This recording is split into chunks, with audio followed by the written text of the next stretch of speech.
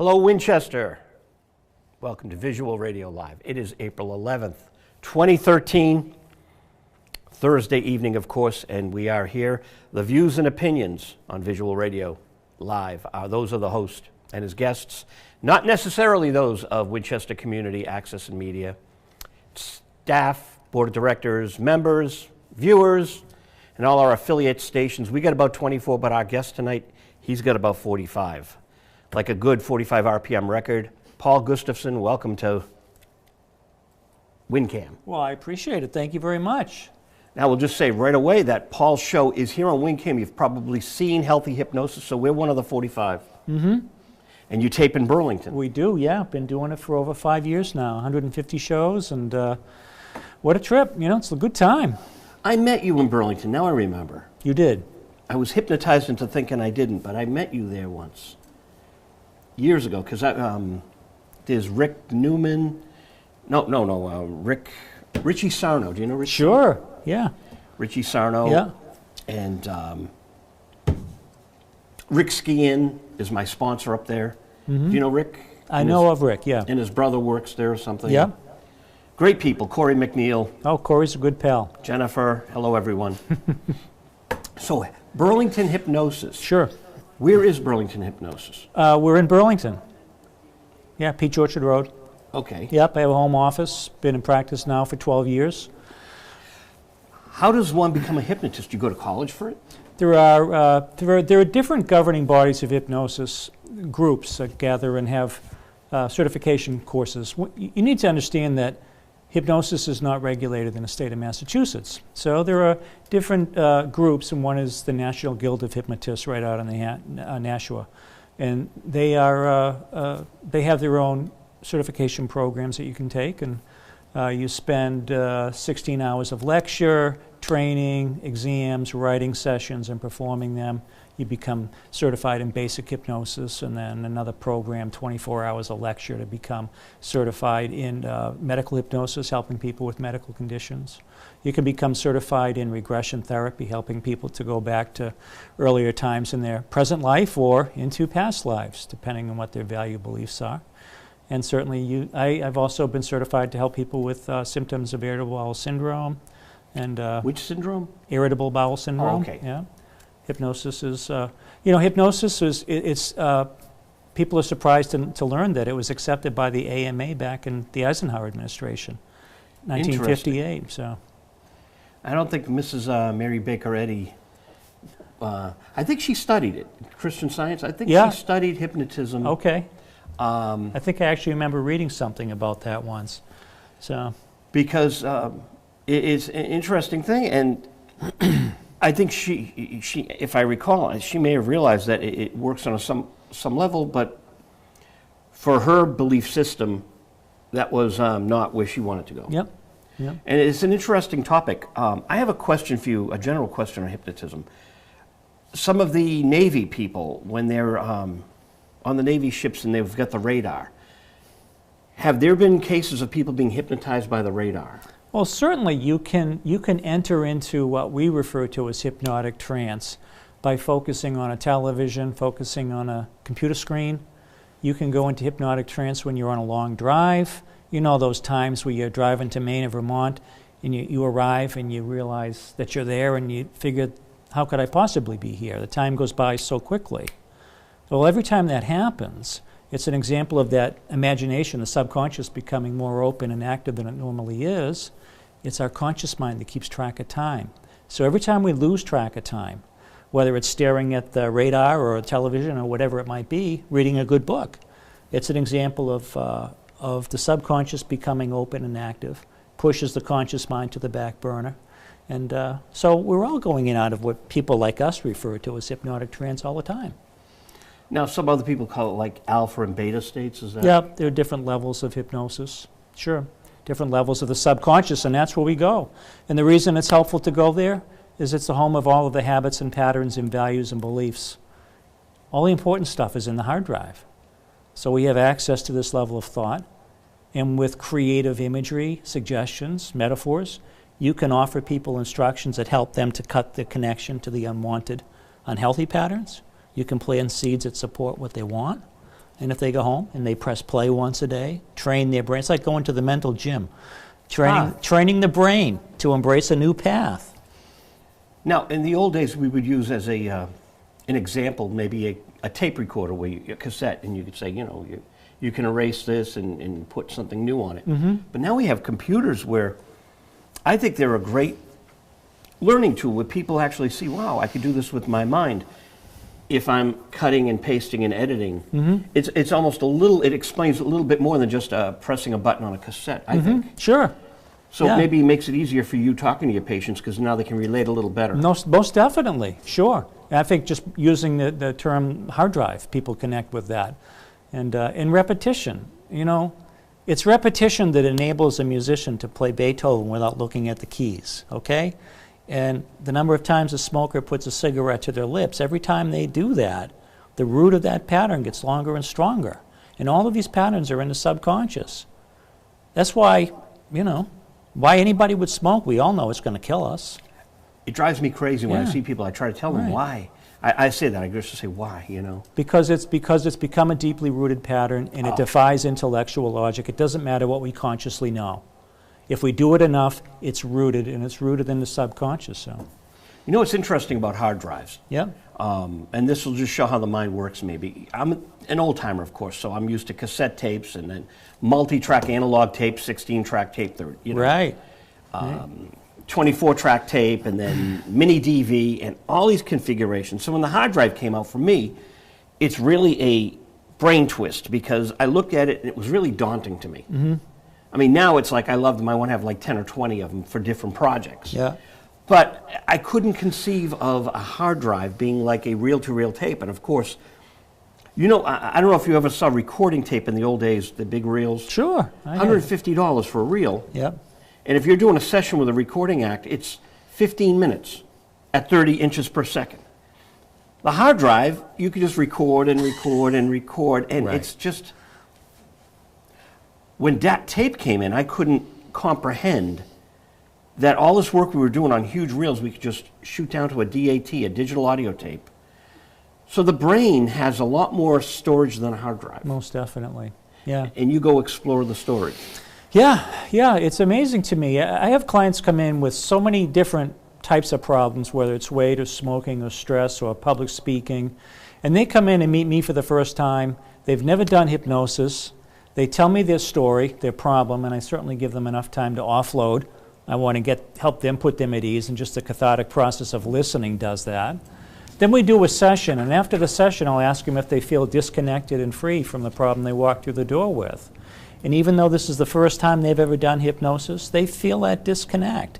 They feel as though they're now free to start moving forward. And I see a client for a series of sessions, and we build on that. And then they're listening to sessions at home, and they're repeating the process of entering into that blissful state and reinforcing this new program, if you will, this new operating system. And it's that repetition. It was repetition that caused the problems. We take the same approach with the solution. What happens when a client starts acting like you're a psychologist, and it's not your part, but they're just Yeah, it's a good question. starting to That's treat a real good question. you that way? Because we walk a fine line, and oftentimes I'm mistaken for those individuals, and I'm very quick to remind them, and I'm always bringing the conversation back to hypnosis. Oh, good. That's yeah, how you do it. Yeah, I do. Because when I first got in this field, there were clients that just wanted to keep coming and coming and coming. Because it was therapeutic Yep. just to talk to someone. Yeah, people aren't listened to anymore.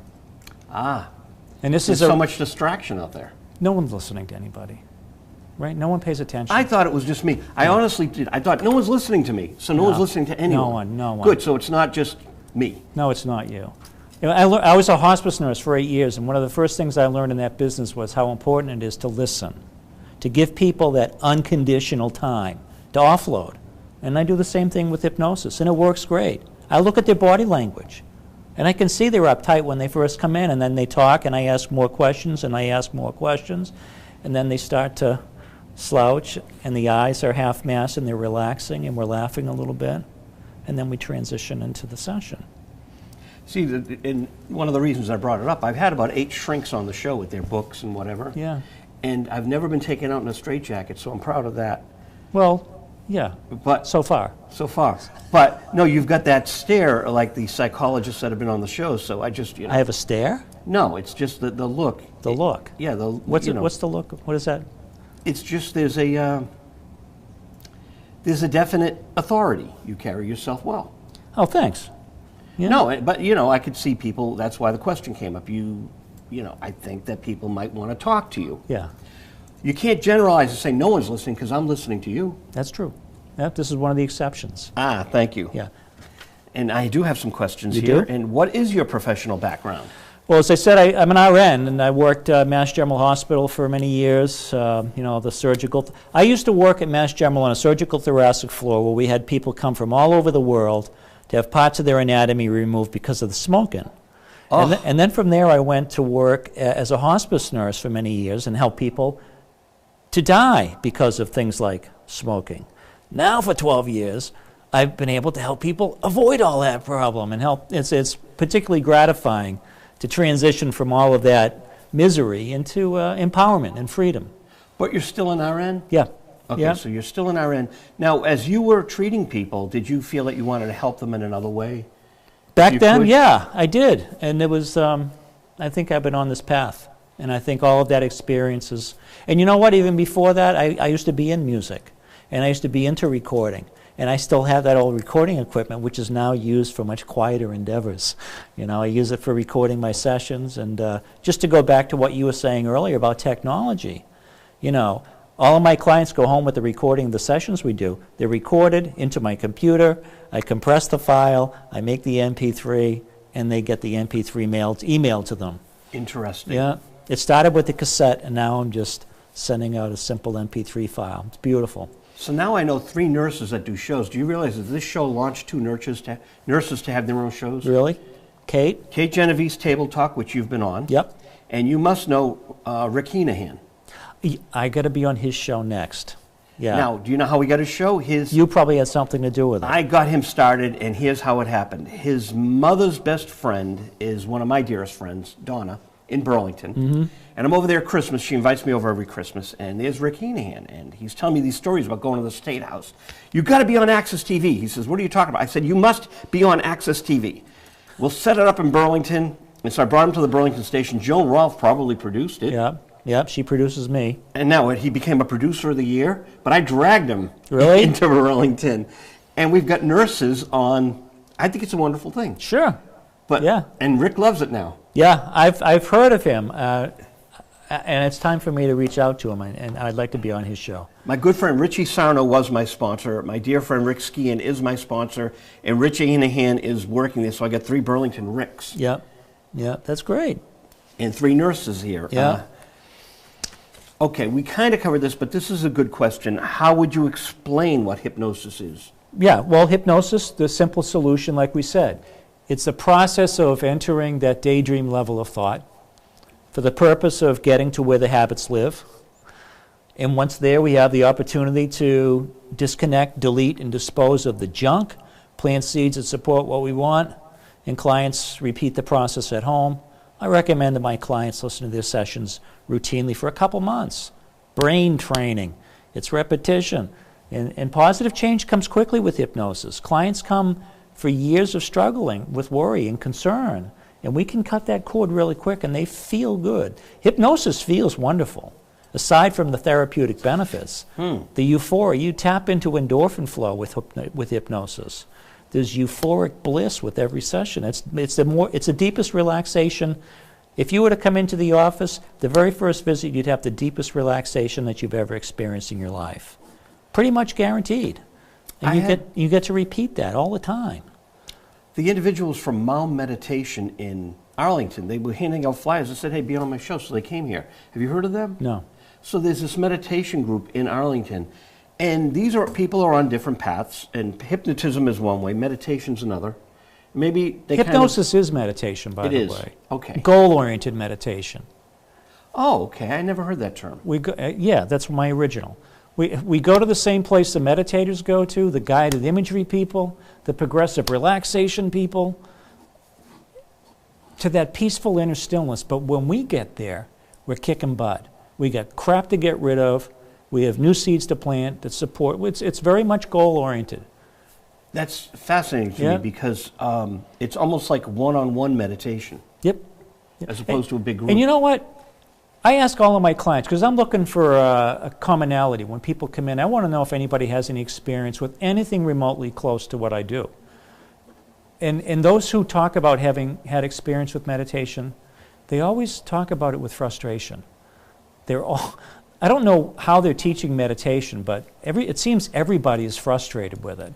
They're not able to get into that level of peaceful stillness. And one of the things that I do, in addition to the formal sessions that help fix whatever they need fixing, is to teach them how to get into meditative thought, how to own the process. And I try to help my clients to become self-practitioners so that when they own the process, their success is greater, longer lasting, and then they do my marketing for me. So it's a win-win. The Beatles needed you. You know about the Beatles? I've heard of them, yeah. The Maharishi, remember? Yes, of course. They had their problems with the Maharishi. They wrote, John Lennon wrote Sexy Sadie on the White Album, which Maharishi, Sexy Sadie. Oh, I didn't know that was that. Oh yeah, really? They were disgruntled with the... John was disgruntled. George wasn't disgruntled, was he? I think they all felt that the Maharishi realized he had a taste of fame being with the Beatles. Well. And it changed him. So the great master became enamored of the world because, it was such a drug being with the Beatles. Not? Yeah, right. But he really should have stayed above it all. And so he ended up being Sexy Sadie.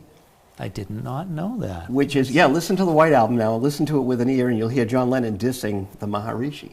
Okay, I will listen to that now. Yeah, I love the Beatles. Can't get enough of them. We had Uncle Charlie, John Lennon's uncle, was on the show. Really? Yeah.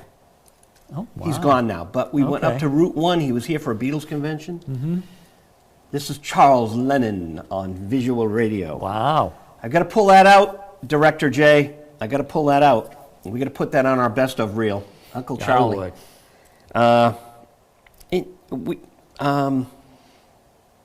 We talked about a lot of this stuff. I never do questions.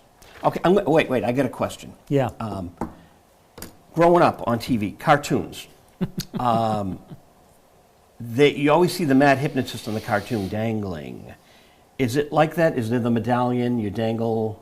Do I? Yeah. I do no dangling. I have no magic wheels. I don't have a goatee or a cape. No magic wands. All I do is talk. My clients put on the Bose Quiet Comfort headphones. They stretch back. I have a little lapel microphone, so we're wired in. And I got my old 8-track digital recording deck with all of my music tracks in it. So they have there's a tapestry of music. And I get this. I do a program called Gastric Band Hypnosis where they're guided to imagine, the weight loss clients, to imagine they had this surgery. And when we're in that session, I've got all the sounds of the operating room that they were able to. Yeah, it's quite real to them. Do you have C sounds of the sea? No, I don't have C, no. That would be nice. I used to have it, but too many clients said they needed to go to the bathroom in the middle of the session, so I try to stay away from running water sounds. Along the lines of what we're talking about right now, a little later tonight we're going to talk about, these are the original Wizard of Oz we're going to start playing on WinCam again. We played them a year or 2 years ago, but because Oz is out. So my question to you is, have you and your lovely wife seen the new Oz? The new Oz? The new Oz movie. No. It's like it's huge. It's in 3D. James Franco plays the Wizard of Oz. Mm-hmm. You wear the 3D glasses, but here's the cool thing. One of the most fun things about it is the opening credits. Mm-hmm. Opening credits is the best part of the whole movie. And you put the 3D glasses on, and you're in black and white because you're going back to Kansas in black and white. Right. So they copied that from the MGM movie. But they have the hypnosis, that like spinning black and white, that time tunnel wheel there. The time tunnel, thank you. The time tunnel wheel. It is amazing 3D. It really is one of the highlights of the movie, and you're in the tornado. Mm-hmm. So the 3D hypnotic wheel becomes the tornado, and great metaphor. I only wish Sam Raimi had done that through the whole movie. I mean, he just really, there's good points in it. It's not a bad movie, but our expectations are very high when you have Ray Bolger and Judy Garland. Who played the role of Judy? Well, it wasn't. This is a prequel. Oh, okay. There were a number of Oz books. Tonight we're going to be discussing His Majesty The Scarecrow of Oz, which came long before the 1933 movie. Really? Yeah, so these were in black and white, and they were silent films. Oh, boy. And this is the collection, and because they're silent, I'm making a movie. We're going to incorporate some old Wizard of Oz. Why not? Right on. It's fun. But, and you can do anything with public domain, as you know. Yep. So You can even have a show about hypnosis. on public public domain? Yeah. There's hypnosis, public domain? Well, I don't know. I'm talking cable access is what I'm referring to. Oh, yeah. right. Yeah. No, but I'm saying there's, you can take public domain movies and cut them up and use them. Oh, I see what you're in saying. your own personal I movie. see. Okay. There's no copyright on them anymore. Beautiful. Now, another thing, have you heard of Émile Coué? A French philosopher, if you will. And he came up with a, this is maybe 100 years ago, 150 years ago. Every day in every way I am getting better and better and better. And he would do this repetition, and people were getting better, repeating the mantra, if you would. Mm-hmm. And he started on that. Yeah, mantras are meditative, right? Affirmations, I think they're called. Mm-hmm. These from the self-help world. Yep. There are a lot of practitioners in my field that do formal affirmations in the middle of a deep hypnotic session. I don't. I have a kind of another approach, but yeah, there are as many different approaches to this field as there are practitioners. So. Now, it seems to me you could write a book because you've developed your own method. I have written a book, Healthy Hypnosis, A Simple Truth and Practical Use. Okay. Yeah. How many pages? About 200. Okay, Quick so read. It's a quick read. Now, does it take you the reader on a journey through some of your There's some case cases? studies, most definitely. Okay. It covers the nuts and bolts of what it is, how it works, how you use it, case studies, different applications, talks about hypnosis in the hospital and different applications that it could be helpful in those settings. And I got another book in my mind somewhere, maybe if I get some time, but I've been, these last few years, I've been getting busier and busier. There's people are finally figuring out that this is a legitimate option to overcome many different types of challenges, physical and emotional. We have so many people on the planet, and people are looking for paths and want to find something substantial. Yeah. I have to introduce you to Smokey Bacon. We were talking about Smokey. Smokey Bacon has a show. She's in Boston, and she tapes authors. So you'd be perfect with your book. And she, like you, like me, she's on multiple stations. So we are the kind of access bicyclists. Right. Yeah, we're pedaling, aren't we? You have about 150 shows. When did you start? 6 years ago. In Burlington? Yeah. Were you on someone else's show? Were you guesting on shows? I did. Trying to remember, Judy, what was the name of the woman's show that I was on?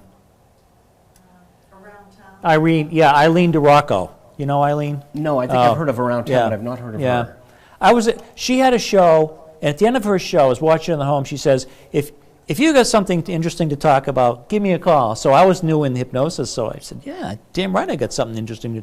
So I did her show. And in Burlington? In Burlington. It was great.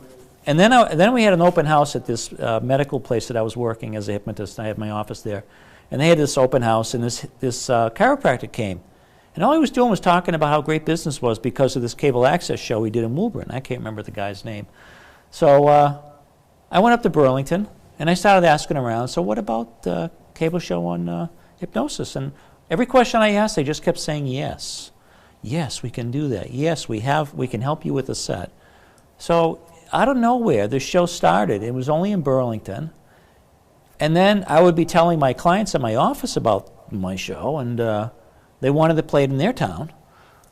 So, it's not that hard to get it. You get the paperwork signed, you get the sponsor for the towns, and now... It can become difficult. I'm on in Boston. Your sponsor has to take the class. Yeah. Because there are so many people that want to be on in Boston. Yeah. There are a lot in Cambridge. I'm a member in Cambridge. There are a lot in Somerville, which is where I actually started in '79. Yeah. But in Malden is very jam-packed. Mm-hmm. So in the big cities, thankfully I'm on in Manhattan too because a friend of mine. Really? Wow. But we have to cut this show up into 29 minutes and 29 minutes for Manhattan. Yeah. Because my friend has a 29-minute spot, but I'm very thankful we have that. Yeah. Because it is easier to get in a lot of towns, but the big metropolises are jam-packed, which is a good thing. Yeah. I'm a big proponent of Access TV. Yeah. So I'm happy that, you know, in Somerville, they really take it seriously. As we do here in Winchester, Sure. and they do in Burlington. Yep. Burlington is a great station. They do. Yeah. Good people. I find that that's the common denominator in every station I've been into. They're just great people who care about, they have passion about what they're doing. Are you on in Stoneham? I am. Yep. Yeah. They're good people too. George, Amy. Brian. Stoneham, Reading, Malden, North Reading, you know, Bedford, and Have you been on Ron Cox's show in Malden, live on tape? no, I haven't. We got to get you on live on tape. I usually put musical guests on a show, but I'm going to say, you know, because live on tape's one of the old legendary shows. All right. And Set me up. yeah, it's like the first Monday of every month, so I'll hook you guys up by Sure. email. I'll do the circuit. You have to, because your show is on all these stations. Right. I think it's fun doing the circuit. Right. I think that's good. I think that's probably one of the big takeaways I'll take from being on this show is making that connection with you and getting out there more, meet these people. Your show's on the air, and it's just good for people who are here in Winchester to know that, hey, there's a hypnotist right up in Burlington, and you've seen his show here, and let's have some fun. Is hypnosis a medically approved treatment? Yeah, as I said back in 1958, AMA said thumbs up. I'd ask you, anyone can become, off camera, I said to you, are there people whose wills are so strong they can't be hypnotized? Well, first of all, I'm not giving it away. So for them to come in the door, they're ponying up some coin. Yeah. And I think that maybe weeds out people who are maybe going to try it as a lark or aren't serious-minded. I've been pleasantly surprised over the years, a steady stream of serious-minded individuals who are legitimately interested in finding solutions. And I have cynics who come in. I had a physician once who took my gastric band weight loss program, and he came in a bit of a cynic and a know-it-all. And I said, I don't care if you believe in it or not. Or obviously you're here, you want to find a solution to your problem. And I just asked him what he thought about the notion of deep, euphoric, blissful relaxation. Do you like it? Do you want some of that? Good. Do you really want to lose this weight? Is it a problem for you? You want to find a solution? Excellent. Are you willing to follow some simple instructions so that we can get into that blissful state? Would you like to do that now? Yeah? Okay. Lean back, put the headphones on, and let me tell you a little bedtime story. And it works every time. So the doctor had a weight problem. Yep. Yeah. So he was actually looking for a solution. Yeah. Yeah. And he came on my show. He was so blown away by the results. He lost like 35 pounds. He came on the show. He couldn't wait to come on the show. He was so blown away by the experience. So people are looking to improve their lives. Oh, sure. I have yet to have a client come in to ask me to help them make their life worse. Right. No, I get that. But it is a way to improvement. As the mild meditation people, that everyone's looking for improvement. Although with the meditation people, they have a philosophy that comes along with it, and you don't throw philosophy at people. No. Which is important. No, I throw help the fast track to relief, to solutions. I am like the meat and potatoes of straight ahead. You have a problem. This is how we're going to get to that level of relaxation where you can start fixing things. And you tell me what this new version of you want to look like and what you want to feel like, and we incorporate that into the session so that, and the imagination is in the subconscious. So they're guided to start imagining this new guy. And every time they press play, they're hanging out with this new guy who's fit and trim and healthy and doesn't smoke and is not afraid of public speaking and can get on an airplane and fly anywhere he wants. So every time they get into the hypnotic state, they're imagining this person. And the reason it's so powerful is because the subconscious can't tell the difference between what you're thinking about and what's real. So we trick it. We bombard it with a steady stream of these positive, empowering images. It thinks this guy is already out and about town. So it starts to make changes that support this guy. The affinity to healthy food, no longer interested in all the junk. The taste of cigarettes is really repulsive. You know, they're more relaxed, they're centered, they're grounded, just from the meditation quality of hypnosis in general. The cathartic relief of all that junk. You know, it sets the stage for change that comes quick and easy. And if they repeat the process, they create a foundation that lasts. It's perfect. We were out for dinner the other night. I said to my friend, I can't believe a time when people were smoking in restaurants. And flicking their ashes right on the plate, right? I am so happy that, in nightclubs and restaurants, and it's just, you can actually breathe. Yeah. We've come a long way in that respect. Well, not being a smoker, I'd come home and my clothes would reek of smoke. Yeah. Because we lived at the Rathskeller, which no longer exists. Right. We were at the Cars first show because we knew those guys. We still know those guys. Some of them have been on the show. Greg Hawkes was right out here in Lincoln. And they have a relatively new album out, right, the Cars? About a year ago. Yeah. That was well received, wasn't it? It got played on WZLX, which as well it should. I'm a rock critic. I'll say it. Knowing those guys, seeing their first show, I was disappointed in the single. Were you? Yeah, I just thought Rick Ocasek can do better. It felt like he was going through the motions. So, okay. But that's my opinion. But you have to give it a little weight because I was there from the very beginning. Yeah. And I was Ben Orr's videographer. Were you really? The guy who sang just what I needed? Yeah. We lost Ben a few years ago. Right. But yeah, I was on stage with him at the Government Center. We had 15,000 people. And John Kalishis was his guitar player. That's how John brought me in. And his brother Vinny Kalishis is my sponsor in Scituate. Okay. So, Yeah. So, the Ben Orr people are sponsoring the show. Even though Ben's gone, we love you, Ben. Vinny's still sponsoring the show down in Scituate. Wow. So it's, music can be hypnotic. Cars records can be hypnotic. You're right. That's a good point. Yeah, they do have that. It's that Greg. Quality. It's Greg. Greg, the keyboard player, is a multi-instrumentalist. He was on a Paul McCartney album, Flowers in the Dirt. Okay. Paul flew him over to England, and Greg said to me, he was on the show, he goes, I'm in Paul's studio, and I look, and there's the Cars' greatest hits on the shelf. He goes, wow. I'm on Paul McCartney's shelf. Yeah. I mean, you're on his record, Greg, but, but my album's on his shelf, and, what an honor. Yeah. Yeah. So, but the keyboard playing, Greg's amazing dexterity, hypnotic. That was moving in stereo, such a hypnotic song from the first album. Yeah. They just had a hypnotic groove, the music they made. It just pulsated. And it was about the music and what they were creating. They did not put on a show. No. They came out. It was just the music. And they stood there, and that was the thing, and they just cranked it out. Elliot Easton played phenomenal guitar. They were very gifted. They were, with the structure of the songs, you didn't realize that Elliot was such a gifted guitar player. Or maybe you didn't even pick up on how brilliant Greg was.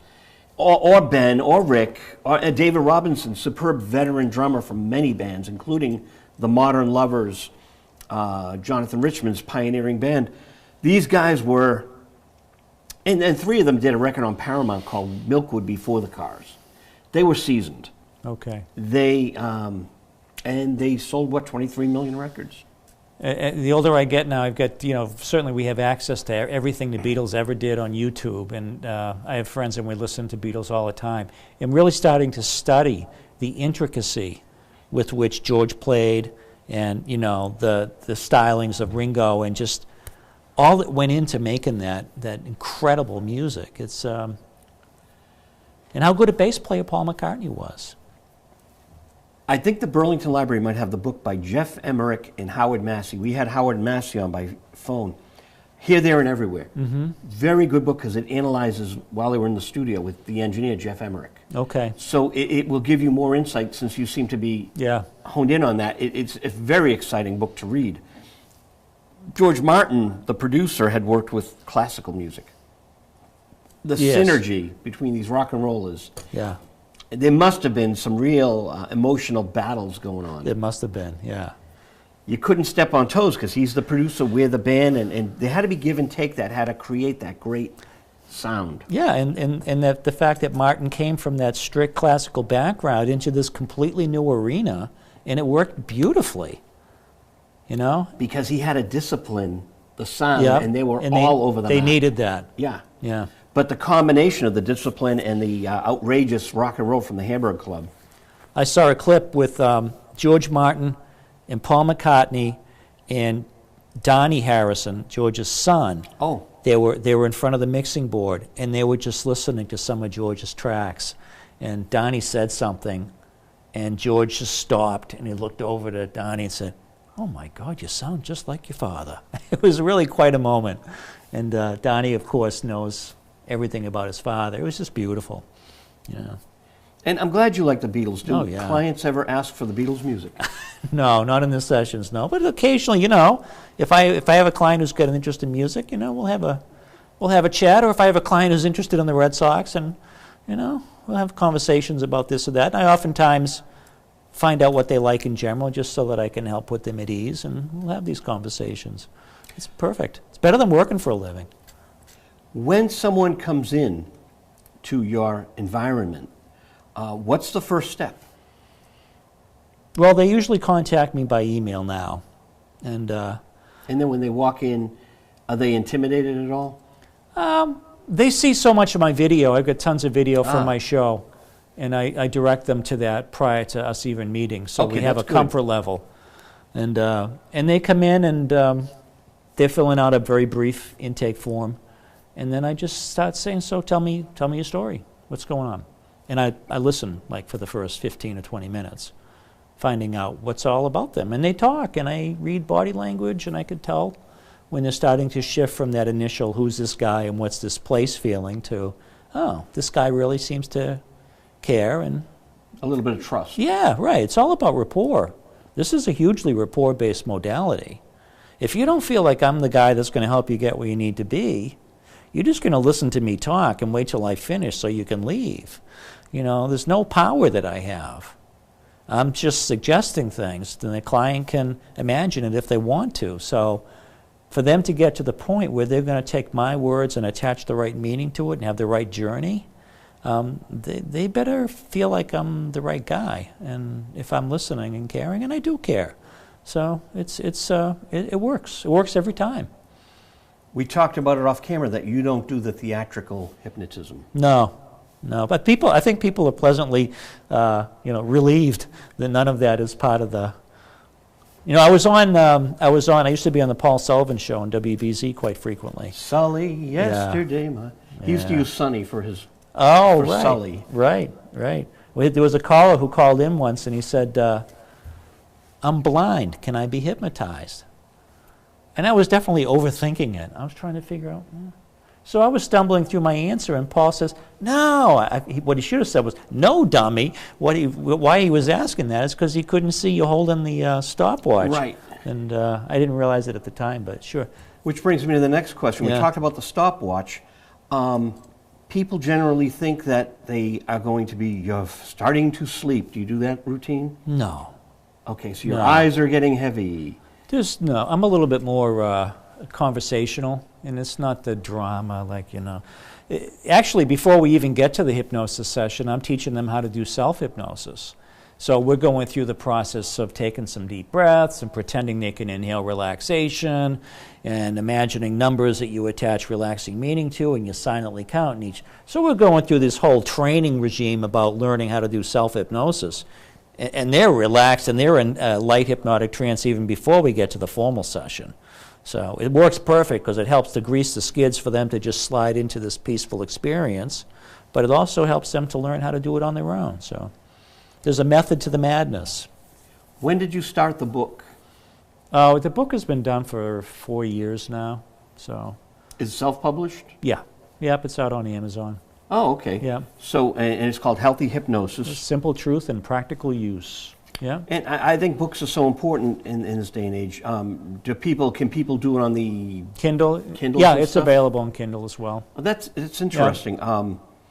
So how did you get to sift through all of your resources to come up with what you wanted in the book? Well, I knew what I wanted to teach, and I wanted it to be kind of the ABCs of hypnosis, so I just wrote down the chapters that I thought would be good, and when I realized I wanted more, then I just went through my client lists.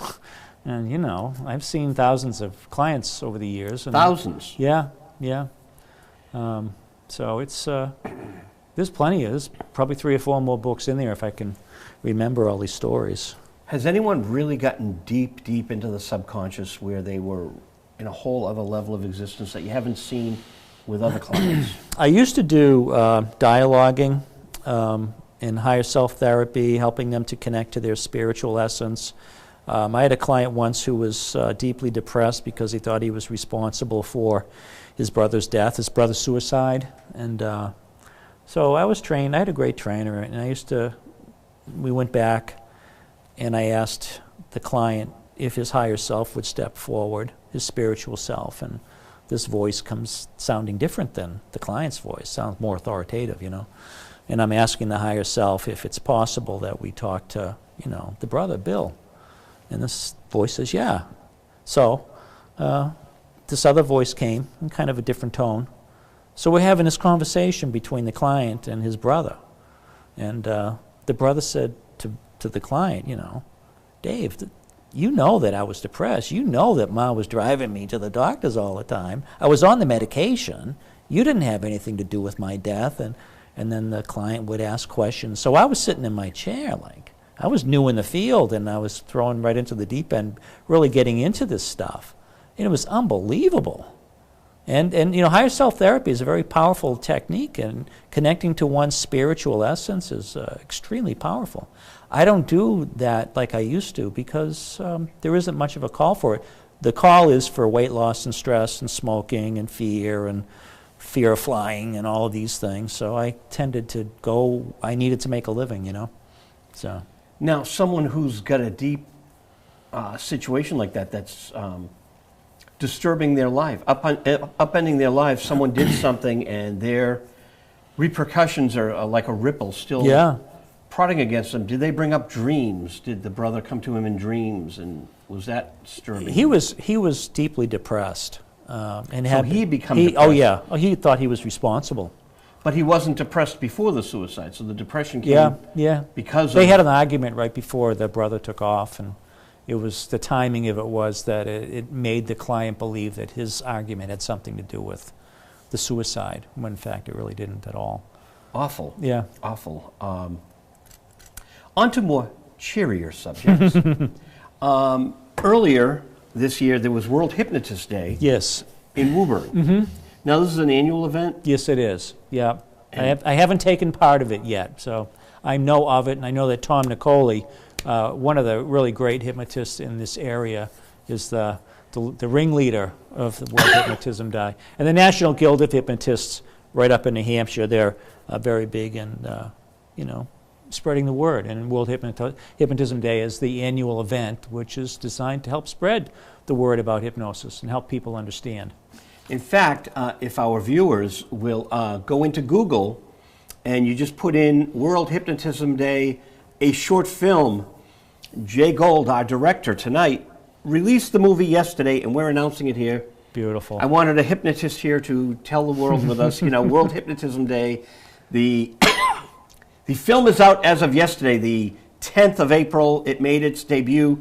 Jay's been in there working diligently on this video. That's great. I got to make a point and watch that when I get home. It's very good. I enjoyed it, and I gave it a thumbs up on YouTube. Beautiful. There's a lot of hits already. Beautiful. Now I'm going to hypnotize our viewers because I'm going to ask you a question. You're going to answer it, and the camera's going to be on you for about 30 seconds and not on me.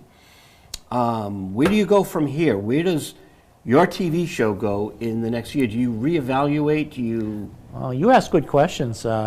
We're just in the process of upgrading healthy hypnosis. We have new segments. We have in the news, we're bringing in a lot of current stories from different newspapers and news outlets, helping people to get caught up with a lot of the changes that are on the field. And we have the video of the week, pulling in a lot of content from YouTube.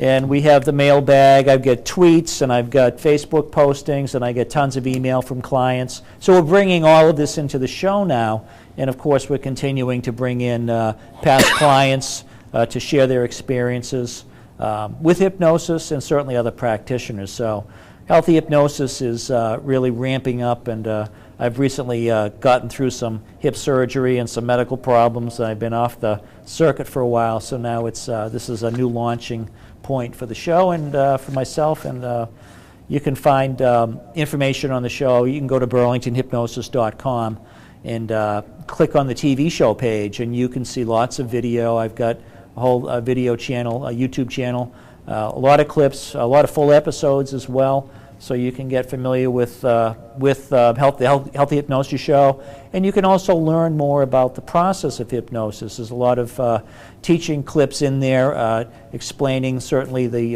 what hypnosis is, the history of hypnosis, the applications, and some demonstrations. So lots going on.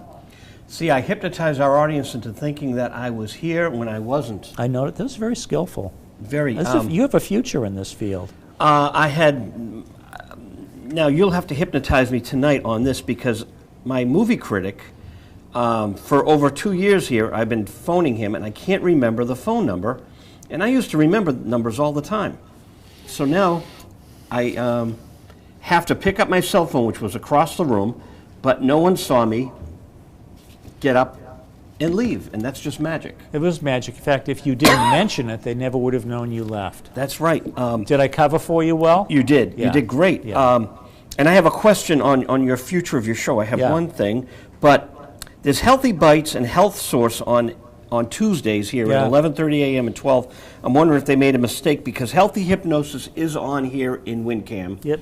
And we'll find out, and I will email you. Great. We're going to talk to Frank Delastrito about Oz, but my last question, and you're free to stay, or you can leave, whatever you'd like. Sure. I like exploring hypnosis. Will you bring in guests that are other hypnotists, or maybe authors who've done books? Sure. And maybe really explore hypnotism We're for always people? looking for new guests. I have a lot of clients who come on the show. I think those are the greatest, the best guests they have. People who've been through the process. You know, they don't have to listen to me. I like exploring Access TV. I like exploring all our subject matter, and I had a lot of fun here tonight. The door's always open to you, Paul. That's terrific. Thank you. Did you have fun here? It's a blast. I can't believe we've almost been at this for an hour. You're very easy to sit with, you know. I listen. I know you do. And as I'm listening, I'm actually writing questions, I know. too. You're and working it. You got a lot going on over on that side of the table. People don't realize it. You know, when I come off the set, I feel fuzzy, because it's the lights and the work. I've had the same feeling. It's very strange, isn't it? Yep. You just have this fuzz around your brain. The lighting has something to do with it, but it's the energy we're expending. It's like I'll go to the gym from here. Yep. But it's more powerful than the gym. Or if you get a client that gives you one word, or a guest that gives you 1 or 2 word answers, boy, those are the worst. You didn't have that trouble tonight, though, did you? No. Al Cooper, remember Blood, Sweat, and Tears? I do, yeah. Al Cooper lives in Somerville. Does he really? So he moved here to teach at Berkeley, and Jeff Tamarkin's a friend of mine, an editor. He's been on the show. Jeff Tamarkin is the biographer of the Jefferson Airplane. Oh, boy. One of them. They've both been on the show. So Tamarkin said to Al, yeah, you're going to be on Joe's show. So I had a staff, we did it in Medford. I have a staff, and I showed up late because they put things together, and you're late, like he's my teacher, okay? And I said, so, Al, you have a new book out. Is there anything from the old book in the new book? Truncated. One-word answer. Oh. The great Al Cooper, who I have a lot of respect for, played on Like a Rolling Stone, played on You Can't Always Get What You Want for the Rolling Stones. Guy's a legend. Yeah. Created Blood, Sweat, and Tears. He's given me one. Wow. So one of the staffers said, you should have thrown him off the show. I said, this is Al Cooper. You don't throw Al Cooper off the show, no. So I said, I had to get something, I don't know. What does Al Cooper do for fun? Our man Frank with a satellite dish. Then I said, it's a great quote. He sends me an email, do not use it. I don't want the feminine masculine thing. Okay, you said it, don't use it, no problem. It's only on TV, right? Let's put it on the Best of Visual Radio, Jay, that we're doing. So we're sitting there, and I said, all right, so you're Aunt Frank with a satellite dish. Explain it. I like movies. We talked about movies. We didn't talk about his book. But I got him talking. You did, huh? I love movies. You like movies. We all Why like did he movies. want to come on the show if he didn't want to talk? He is a strange person. Yeah. And, I mean, he's a legend, and he'll probably see the show. It's on in Somerville, so I'll tell you off camera. No, we love you. We're fans. This diamond ring.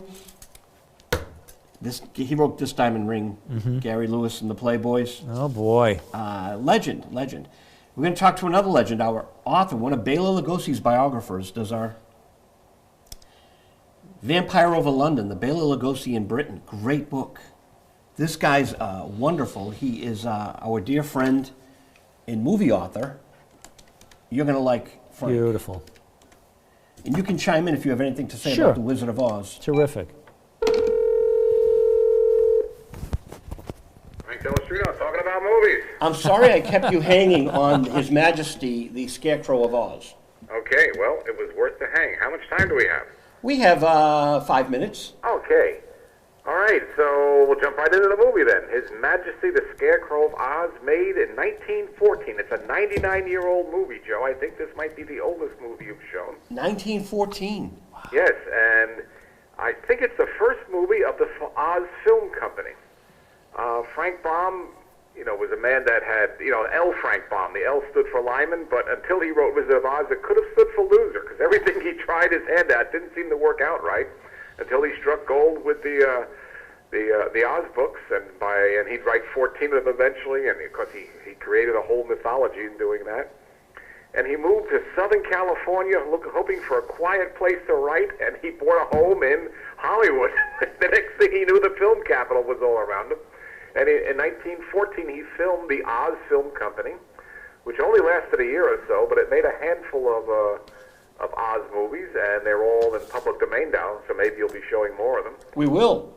And he wrote and directed this. So this is directed by L. Frank Baum.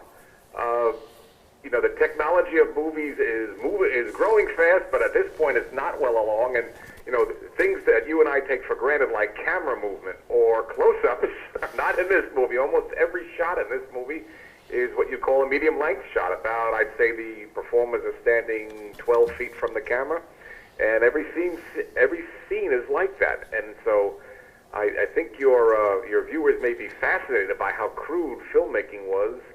And a year later came Birth of a Nation, which exploded on the scene, and it's remembered now for its its kind of racist view of the Civil War. But what it did is it brought together all the film techniques that have been popping up here and there and delivered them fully blown to the public.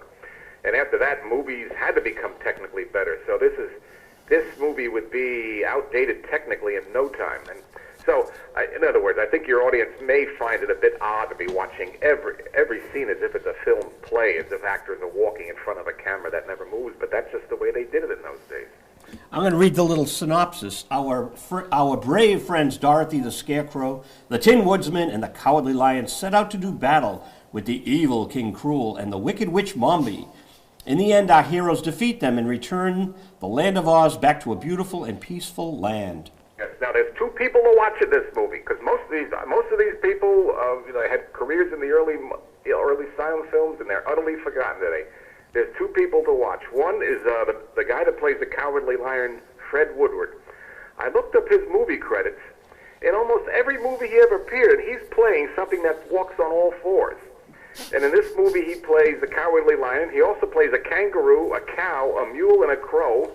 And mules were his forte. He plays mules in at least two other movies. And in one movie about a circus, he plays a number of roles, and he's just listed as circus animals. So, and I must say, as I'm watching the movie, it gets a little, without the editing and all that, it gets a little hard to follow, a little hard to stay with. But this guy is excellent as a four-legged creature. And so I urge your audiences to look at that and watch for anything on four legs. That is Frank Woodward, and he's doing it as well as a two-legged humanoid can do. And the other performance to watch is not the performance, it's the person in a character named Bright Button. She comes up a third to half into the movie, and then you see quite a bit of her. Is Mildred Harris, who did not have a distinguished career as an actress, but she was age 13 when she made this movie. 4 years later, she becomes the first Mrs. Charlie Chaplin. No.